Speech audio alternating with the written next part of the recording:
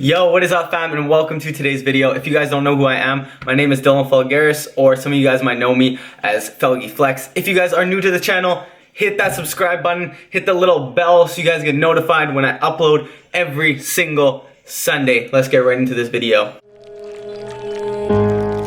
In my mind, in my head, this is where we all came from. The dreams. Let's start making gains, fam. Just kidding, not if you're doing these things. So today we're talking about the 5 most common mistakes that you are making or everyone is making in their training. Starting off with number 1 is that you are trying to shock the muscle and you are changing your workout, your exercises way too often. There's no such thing as shocking the muscle. It's like taking an elastic band and stretching in different angles and being like, that elastic band is definitely confused. No. It's the same thing with your muscle. Your muscle doesn't have a brain. It is physiologically impossible. So let's get that out of the way. When you are starting a movement like the bench, the squat, the deadlift, or whatever it is, your body has to make a neural pathway and an adaptation so it can learn how to do that movement. And off the beginning, you're gonna see strength gains, and that is actually because you're creating that neural pathway. So it's like almost like a skill. You're learning how to do it, so your body's getting better at moving that movement. So what happens is after your body has learned it, then you will start to see actual muscle gains. If you go away or you stop doing, say, the bench for 2-3 weeks, you're gonna notice a big decline in strength. That is actually because your body has lost that adaptation to that movement. And the whole thing about muscle memory, that's the adaptation. That's a neural adaptation. So when you start doing the movement again, it's gonna come back and you're gonna get that strength really quickly. So you're just opening that pathway and creating it again. So what most people do is they'll learn that movement, they'll see those little strength gains, and they're like, all right, let's shock the muscle, let's do a different exercise. And you just lost out on all those muscle gains. You shouldn't be switching your routine or your exercise any less than 3 months. 3 months should be like the bare minimum you should be doing that exercise. You need to create that adaptation and create progressive overload. So that is number 1, and it is a big number 1. On to number 2, which I am definitely guilty of doing, because who doesn't want to be lean all the time? That's exactly what it is. Trying to be lean all the time, or consistently being on a cut, or doing like this mini bulk and then cutting back down, and just always trying to be cut. It's also hard for me because I do have a very, very fast metabolism, so I have to eat a lot. So even my lean bulk is like someone else's probably dirty bulk. Like I have to eat so much. Anyways, what I'm trying to get at here is that if you are consistently in a cut or trying to stay lean, what you're doing is putting yourself in a deficit, which is very hard for your body to build muscle on.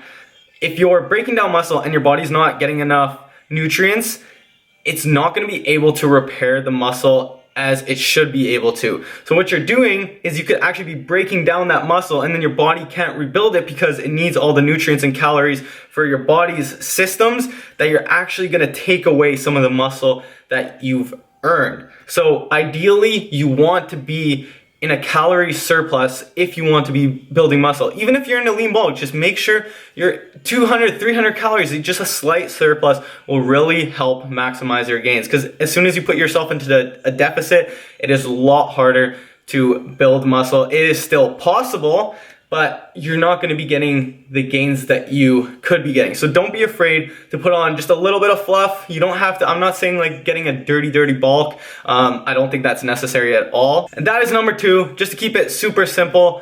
Make sure you're in a surplus and do it for some time. Don't do it for just 1 month or 2 months or whatever it is. Try to push it as far as like 4 months and build. All right, number 3, and I'm actually gonna put this one together with number 4. So number 3 is more sets, reps. Doing supersets are going to give you more gains because it's just more intensity, more reps, just more means more gains, but that's not how it works. There is such thing as overtraining. Now, to go in conjunction with that, doing your reps fast. So that would be number 4. People who are doing reps super fast and just, trying to build up the intensity, sweating more, that's gonna give you more gains. So also, no, that is not true. Let's talk about the reps quickly. Your muscle, like an elastic band, it doesn't have a brain. It's not thinking about the angles, and it's also not counting the reps. But what we should be thinking about is time under tension. So the amount of time that your muscle is actually contracting or elongating through your negative, that is the more important thing that you should be thinking about when you're doing a rep. Because counting just 1, 2, 3, 4, 5, you don't know, you're not counting how long you're actually doing that rep. You have 2 people, both doing 10 reps.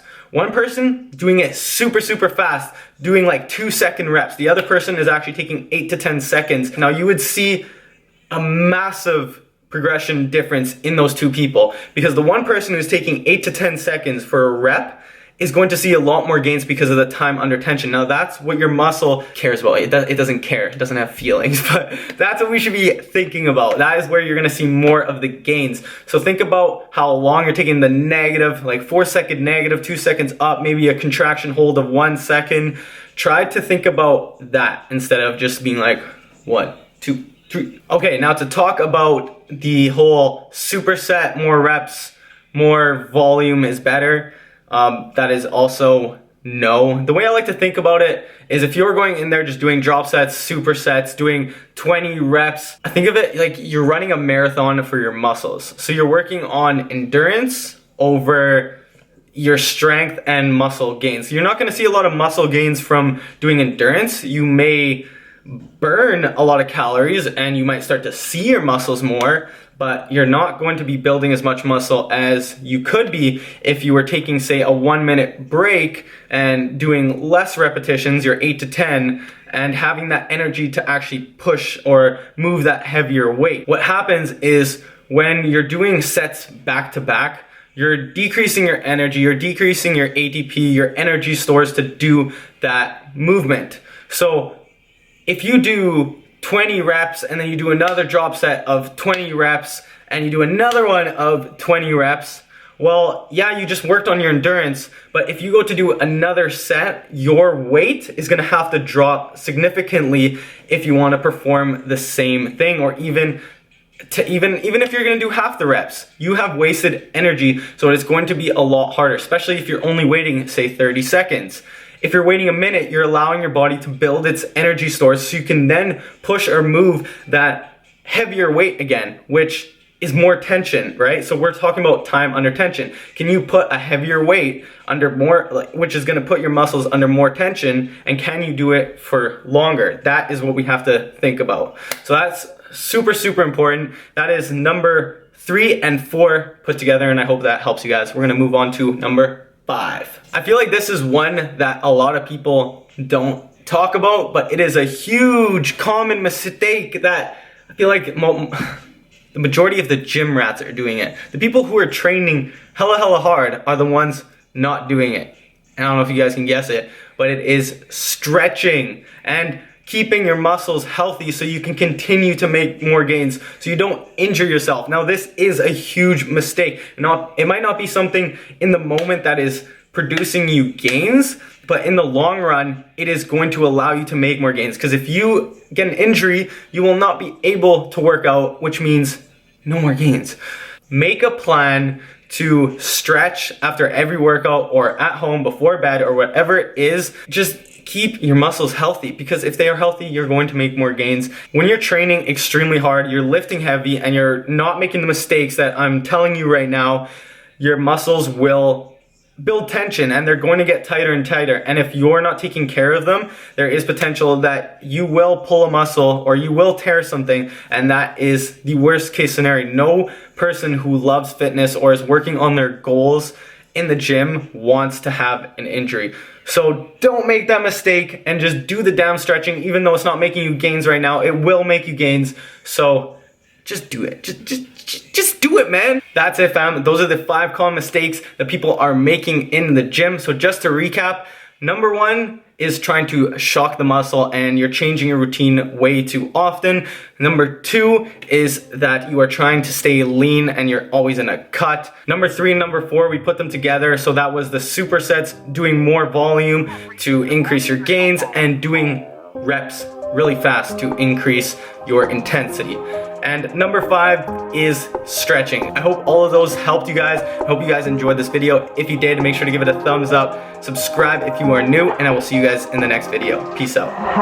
Braiding you back, too young for a fucking attachment. I'm like a biker with swag, zippers on my jacket like I'm Michael Jackson. If you put a knife in my back, yeah, I promise it's gonna be the fucking last one. I make a hit every track, every one I make, I say that I got one. Putting the X on the map, you miss your ex and you still tryna find her. I put the D in her back, made a track about it.